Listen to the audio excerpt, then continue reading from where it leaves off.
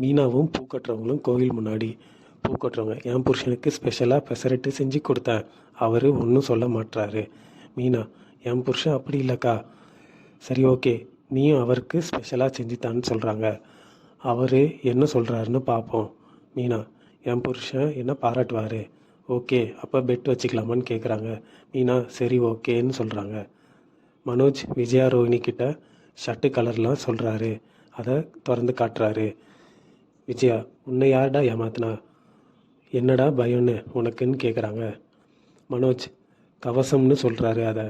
விஜயா, நீ லூஸ் ஆகிதாடா. மனோஜ் ரோஹிணி கிட்ட இதை நீ தான் உன் கையால் துவைக்கணும்னு சொல்கிறாரு. அடுத்த நாள் காலையில் மீனா பெசரட்டு செய்கிறாங்க.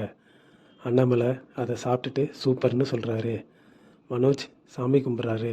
விஜயா மனோஜை பார்த்துட்டு இன்னும் என்னெல்லாம் பண்ண போகிறானோ அப்படின்னு சொல்கிறாங்க.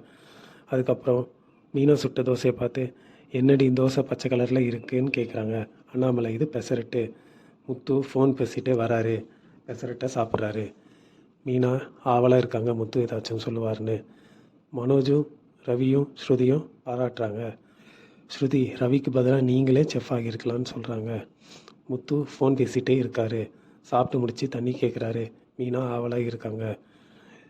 ரோகிணி கடையில் இருக்காங்க. கிரிஷ் கால் பண்ணுறான். கிரிஷ், அம்மா நீ என் பர்த்டேக்கு வருவல்ல? ரோகிணி, வருவேன், உனக்கு கேக்கு ட்ரெஸ் எல்லாம் வாங்கிட்டு வரேன். ஃபோன் வைக்கிறாங்க.